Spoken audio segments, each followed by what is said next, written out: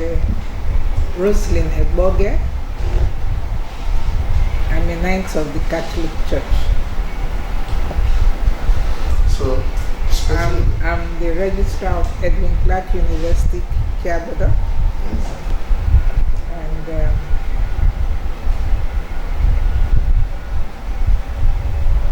I'm from Egboge Kingdom. And a chief in Egboge Kingdom. They call us Ohowore. So, which area were you born? Is it in Delta State or? Yes, I was born in Saple Local Government Council, though I'm from a village called Elume, Adabrasa Elume, in Delta. But I was born in Saple. Growing up those days, we were more or less regimented. Go to school, come back, do some housework. But my father was a teacher and a catechist of the Catholic Church. Even as a Catholic catechist, he was quite liberal. He allowed us, once you work hard and do your work, and he doesn't see you in bad company. My childhood was quite fulfilling. There's no aspect of it that I really missed. There was no aspect of it that I was lacking, really. Not in terms of money, but in terms of contentment. I was just content. And so I really didn't have to worry about anything. And because of my background of being a child of a teacher and a catechist, money was not a significant part of my growing up. Happiness was not dependent on money. I attended Convent Primary School, Reclamation Road, Saple. That school is still on now. It's a private missionary school. And from there I went to another private missionary school. Our Ladies High School, Efron. That's Airport Road, Efron. 2 higher level schools. Edo College, Benin City. It was mixed at the time.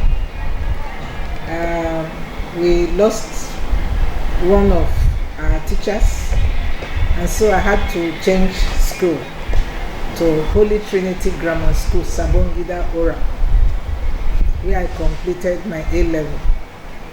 And on completion of the A-level, I was admitted at the University of Ibadan to read Geography and Regional Planning. I graduated from Ibadan with a second-class upper degree and came back to Benin to work briefly as a people town planning officer. But on marriage, when I got married, my husband was an assistant lecturer in the University of Lagos. I had to change location. But getting to Lagos, I was told that the town planning office there did not have a vacancy for me. So I had to pick some odd jobs, went back to do my master's in regional planning, and after that I entered the administration essentially.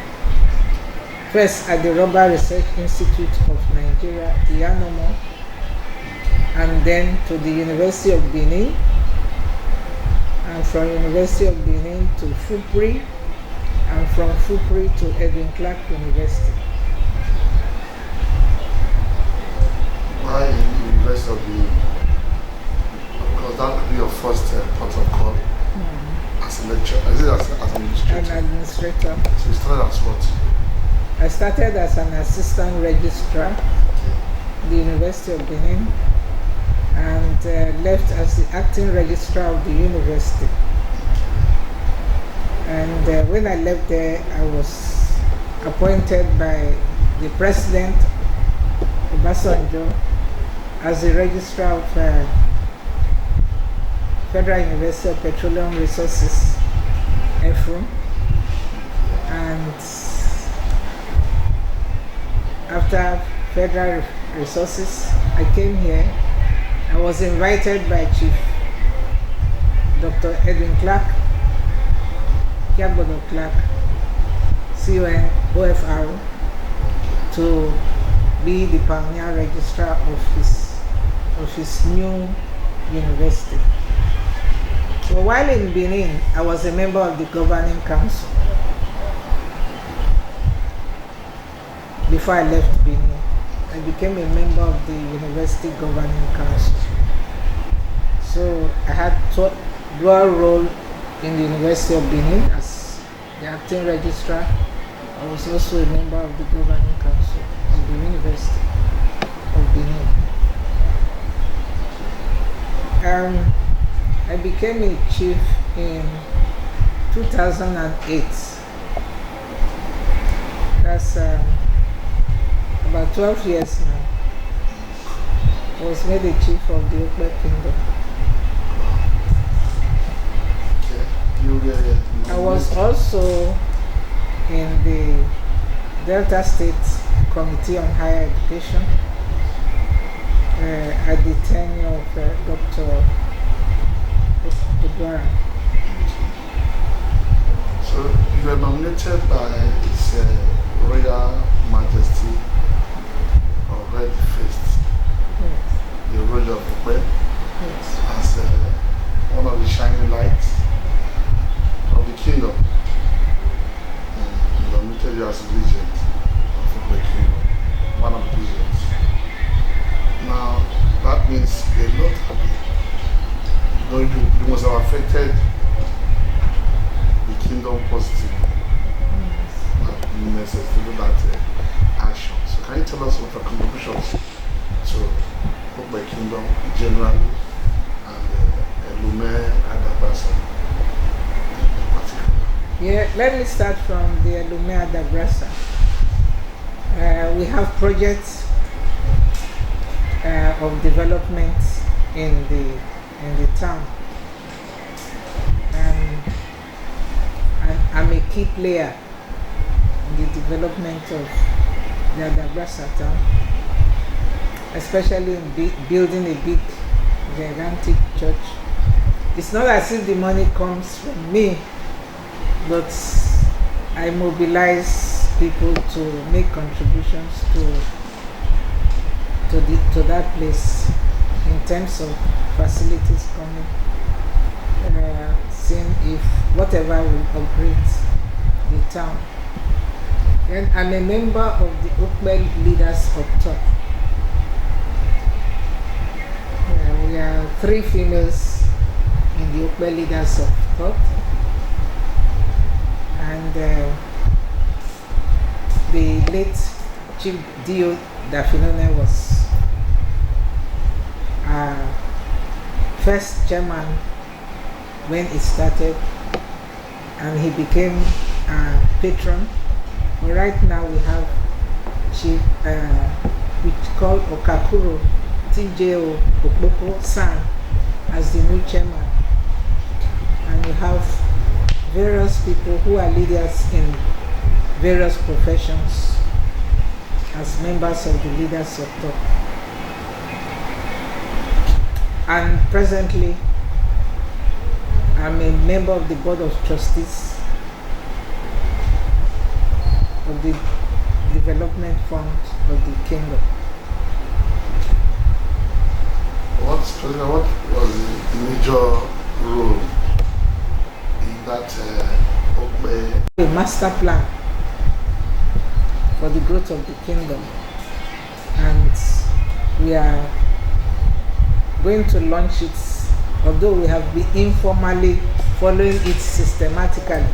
But that master plan will be launched very soon, and we have bursary or scholarship for children who are Okpe, and we see to the Oreje sees us as a think tank in pushing the kingdom forward and opening up a kingdom that otherwise was relatively not as developed as now. So he is opening up the Okpe kingdom, Oroje, His Royal Majesty Ohowore I, and he sees us as a group he can fall back on in aspects relating to culture, to development, to education. Anywhere he needs some advice or action, we are there to help him. But even though you've been a mother and you're still a mother, are you involved in human capital development outside your immediate family? Yes. I'm right from the University of Benin. I've been involved in youth development. I was appointed students advisor as a staff of the University of Benin, where students come to me. I was the patron of the Ohowore Club, and presently I'm the life patron of the Ohowore Club of the University of Benin. They came here recently and displayed on campus here. They came in a bus and displayed here on campus because I'm the most senior patron of the club. And not only that, within the church setting, I'm a patron of the Catholic Youth Organization of Nigeria,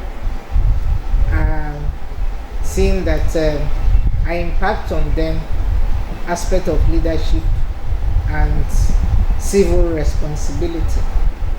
And presently in Delta States, I'm the chairman of the League of Women Delta States branch, where we are working towards the improvement of women in the state, especially the girl child.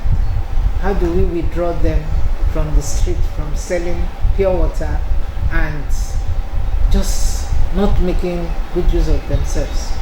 So right now we are just at the stage of building structures we will use in the 25 local governments. As their chairperson, I have coordinators in the 25 local governments in the state, and we are going to go to put structures in ground down to the ward level. Yes, women will be meeting to see what they can do about the improvement of themselves, not just seeing themselves as being relegated to the background. So there be some type of ward or local government town hall meetings where the women are meeting, and they can say, no, we want this, no, we want this, and even make contributions to governance and the right people being voted, and know their civic responsibility as voters, and also know that their girl child should be educated and not kept at home. Let's go to the piece now, because even though you're a woman, you are also a leader by any standard. So can you tell us some of your contributions to peace, especially as a chief in the kingdom? Have you been involved with conflict resolution? Yeah, we are, as Okpe leaders of thought, we have if you look at the kingdom, we enjoy some relative peace.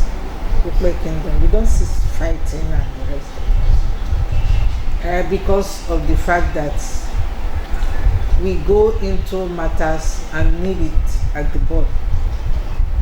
so that tensions are doused and you don't come to a stage of burning houses, fighting, and doing all sorts of things. If we can do anything to resolve matters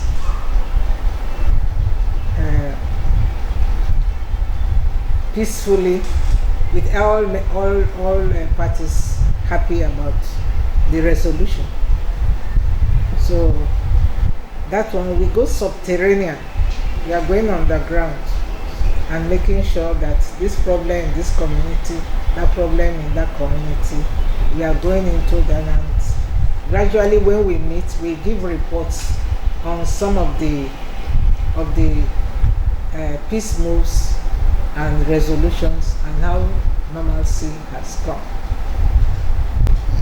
So as marriage counselors, we talk to parents, to couples, that where you have tension, some of the things they should see in marriage and how they can quietly diffuse some of the things and remain in marriage. There are no perfect marriages.